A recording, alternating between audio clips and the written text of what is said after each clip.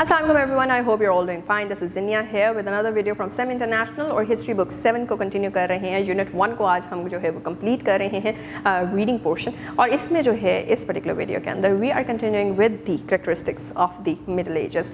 तो आइए कंटिन्यू करते हैं.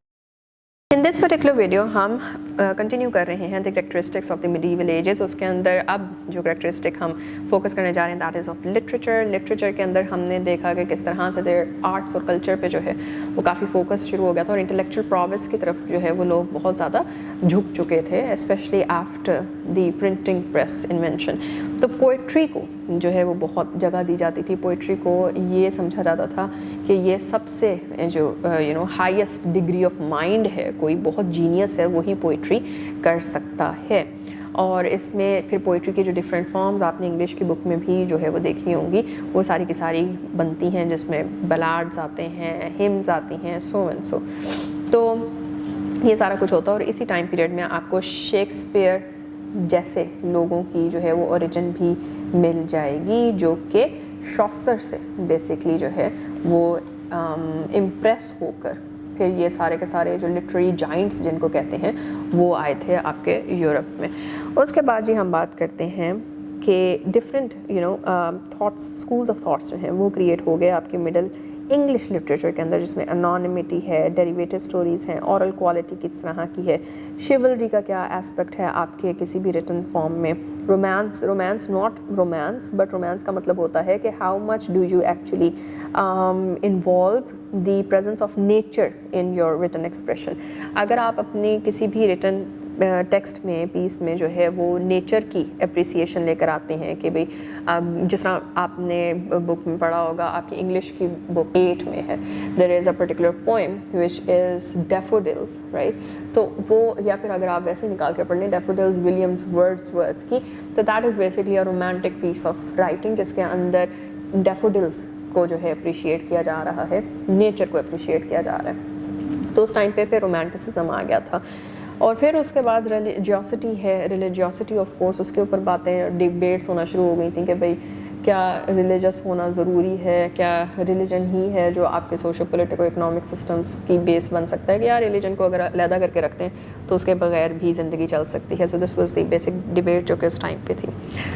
खैर anyhow, so stuff like that basically emerged in the literature. Economy की तरफ हम आ जाते हैं. इकॉनमी में बहुत से जो चेंजेस आए थे over time, that was because के बहुत जल्दी जो है वो लोग किंग्स जो थे वो एक दूसरे की जगहों को कॉन्कर करते थे, और वहाँ पे पूरा सिस्टम चेंज कर देते थे जो भी उनको सही लगता था उसके अकॉर्डिंगली. बट स्टिल वहाँ पे एक कॉमन चीज़ जो थी वो throughout that time period रही, and that was the basic agrarian economy. वो डेवलप्ड रही और वही चलती रही. एग्रेरियन इकोनॉमी क्या होती है, you might have an idea, a good idea of that is के एग्रीकल्चरल प्रैक्टिसेस जो हैं वही सबसे ज़्यादा मेजर फीचर रहा आपके पूरे यूरोप का. क्रॉप्स को इस्तेमाल किया जाता था for the exchange of currency. Feudalism itself एक इकोनॉमिक सिस्टम के तौर पे जो है परसिस्ट कर रहा था, not only social system but economic system as well, जिसमें जो है वो farmers were the major peasant population और बाकी सारी nobility हुआ करती थी. तो agriculture had a very high stakes in that time period in Europe. उसके बाद फिर फेयर्स एंड फेस्टिवल्स की तरफ आते हैं. ऑफ कोर्स अब आर्ट और कल्चर क्योंकि वहाँ पे थ्राइव करेगा in the latter period of the dark age, तो इस वजह से वहाँ पे जो है Christmas day, Halloween, Valentine's day, Easter, इस तरह की जो आज आप सुनते हैं कि वहाँ पे हॉलीडेज़ चलती हैं, तो उनके पीछे की क्या स्टोरीज़ थी, क्या उसके पीछे रीजंस थी, वो उस टाइम पीरियड में बेसिकली डेवलप हो रही थी.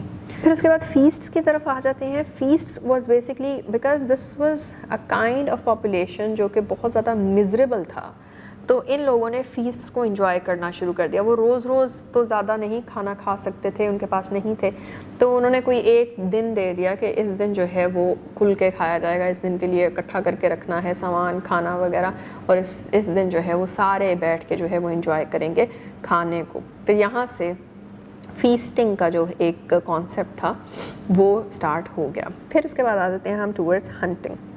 हंटिंग भी जो है वो that was quite common during that period और इसको एज अ स्पोर्ट ही लिया जाता था। अगेन एजुकेशन से बढ़ के इस तरह की स्पोर्ट एक्टिविटीज़ को जो है वो जगह मिलती थी और जो हंटिंग कर सकता था सोशल स्टेटस उसका जो है वो बढ़ा के बताया जाता। नेक्स्ट कैरेक्टरिस्टिक जो है that is of art. Medieval art जो है उसमें हम दोबारा देखते हैं हमारे पास डिविंची है और इतने ज़्यादा आर्टिस्ट जो हैं वो भी इस टाइम पे इमर्ज करते हैं। सिम्बॉलिज़म और इमेजरी को बहुत ज़्यादा जो है वो यहाँ पे सिग्निफिकेंस दी जा रही है।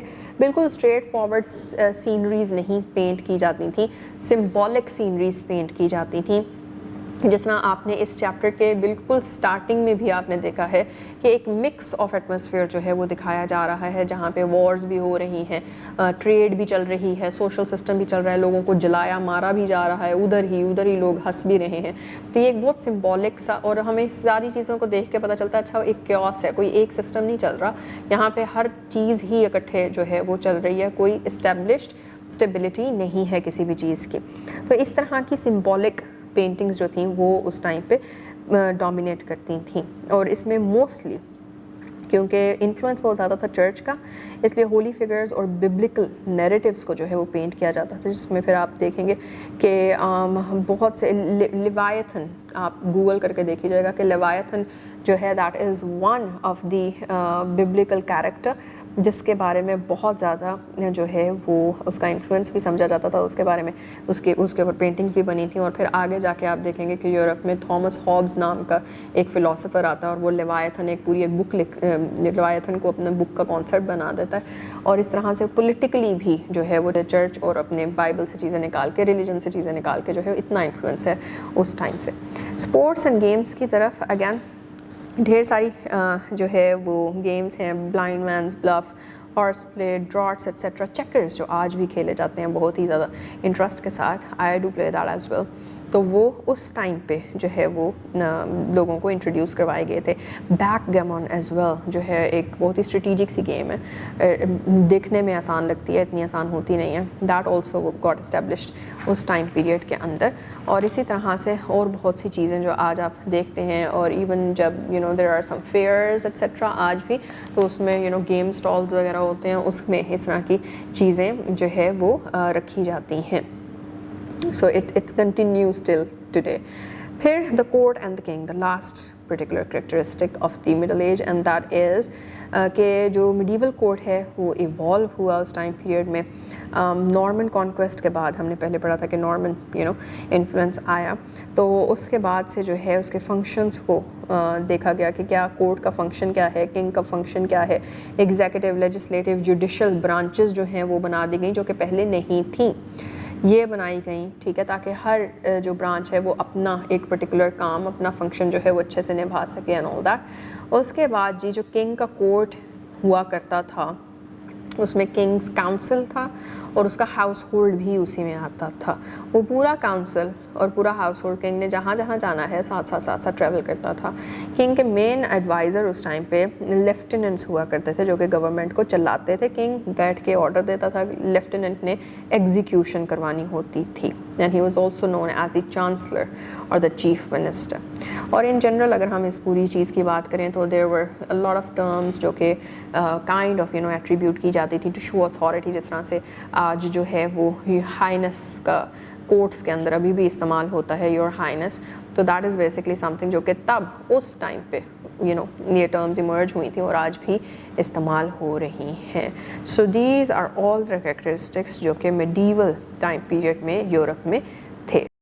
जी तो बच्चों from all through previous video में भी हमने जो कैरेक्टरिस्टिक्स देखे और किस तरह से वो कैरेक्टरिस्टिक्स जो है डिफाइन करते हैं उस टाइम की यूनिक एस्पेक्ट्स को, इन कंट्रास्ट विद आज के क्या एस्पेक्ट्स हैं social, economic, political, otherwise educational field में ले लें, या फिर कोर्ट सिस्टम देख लें, या फिर आप इसमें लिटरेचर का कॉन्सेप्ट देख लें कि आज लिटरेचर किस तरह से इन्फ्लुएंसिंग है, पहले कैसे था। तो ये सारे के सारे characteristics they are very interesting and I hope that you will revise it and you will explore more about it till we meet in the next video with the exercise of this chapter. Till then, take care. Allah Hafiz.